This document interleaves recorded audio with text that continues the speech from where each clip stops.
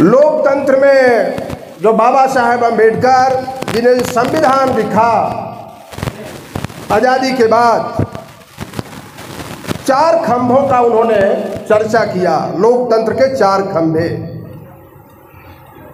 और चारों खंभे का दायित्व अपना अपना निर्धारित किया संविधान के द्वारा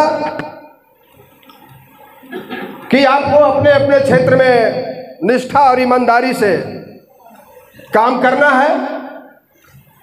और उसमें एक खंभा है मीडिया,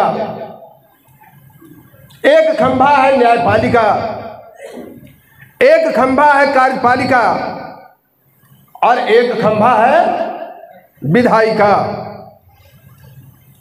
जिसका चुनाव आप करते हैं। विधायिका का चाहे गरीब आदमी हो चाहे अमीर आदमी हो,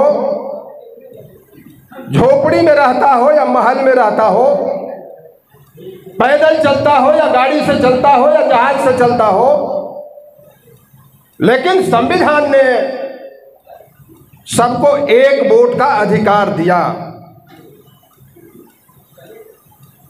सिर्फ एक वोट का अधिकार, यानी बराबरी का अधिकार। और वहीं से व्यवस्थाएं निकलती हैं, वहीं से बात निकलता है। और वही एक वोट का अधिकार के माध्यम से विधायिका का चुनाव होता है, चाहे वो पार्लियामेंट का मेंबर हो, असेंबली का मेंबर हो या त्रिस्तरीय जो अभी सरकार है उसके मेंबर हो। और वही देश के करोड़ों लोगों के लिए कानून बनाते हैं, व्यवस्थाएं बनाते हैं और उसको अमल करने के लिए, पालन करने के लिए, लोगों तक पहुंचाने के लिए कार्यपालिका को लगाया जाता है। न्यायपालिका का काम आप जानते हैं। और सबसे बड़ा अहम जिम्मेवारी जिस पर डिबेट रखा है बलराम जी ने, निष्पक्ष पत्रकारिता की भूमिका। आज मुझे कहने में कोई अतिशयोक्ति नहीं है कि पत्रकारिता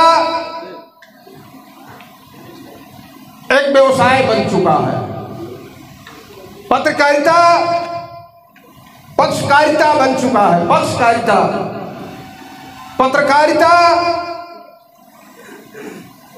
अपने और दूसरों को पहचानने लगा है। मेरा कौन नहीं। पत्रकारिता अपने रास्ते से भटक करके और वह मंगलाचरण करने में ज्यादा अपने को तवज्जो समझता है।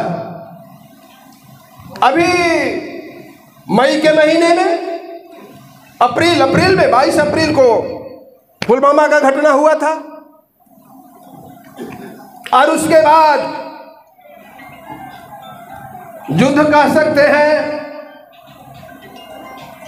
या ऑपरेशन कह सकते हैं। ऑपरेशन नाम दिया गया था, ऑपरेशन सिंदूर।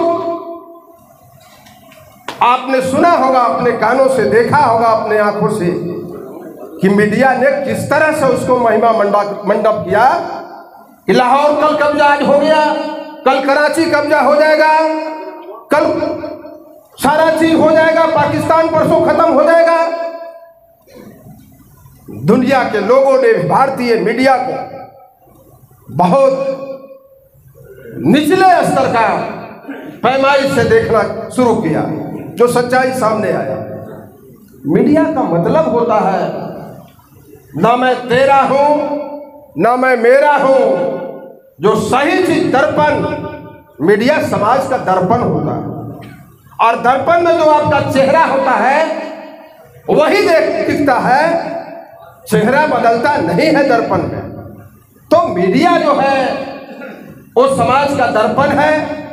और खास करके कॉर्नर पर जो खड़ा है, कोने पर जो खड़ा है, वंचित समाज है, पिछड़ा समाज है, गरीब गुरबा जहां लोग हैं, उसकी आवाज उठा करके उसके भविष्य के निर्माण की बात हम समझते हैं। मीडिया विधायिका से भी ज्यादा अहम रोल कभी जमाने में उठाता था कि सवाल जब मीडिया में आ जाता था, सरकारें बेचैन हो जाती थी कि वहां जाकर के हमको जो है उसका रास्ता निकालना है, निराकरण करना है। लेकिन अभी तो सिर्फ और सिर्फ महिमा मंडन हो रहा है और उसी का नाम पड़ गया गोदी मीडिया।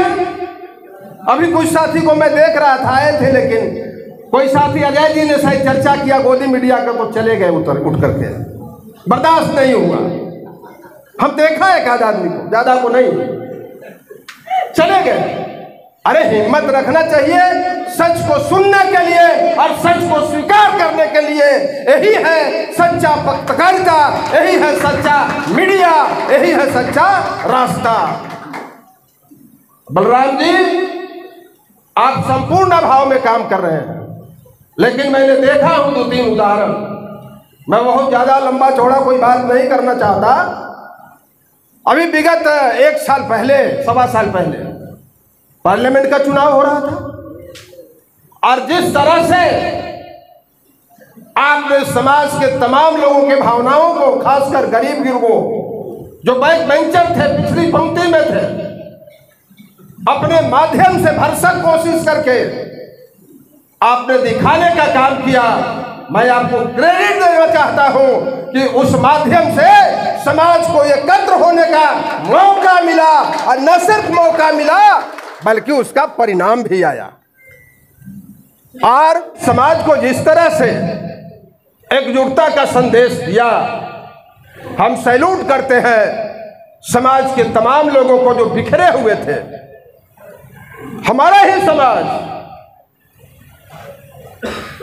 आज देख लीजिए, जब जब आप एकजुट होते हैं सारी चीजों से ऊपर उठ करके, आप न सिर्फ परिणाम लेते हैं बल्कि दूसरों को आपकी एकजुटता से हतोत्साहित होने का मौका मिल जाता है। वह डर जाता है, वह पीछे चला जाता है। परिणाम आपके बीच में औरंगाबाद और काराकाट का है। ज्यादा इसमें बताने की जरूरत नहीं है। और हम लोग हारते किससे हैं, हम लोग पिछड़ते किससे हैं? दूसरा किसी में ताकत नहीं है। अपने ही लोगों में जब बिखराव आ जाता है तो हम हार जाते हैं, हम पिछड़ जाते हैं।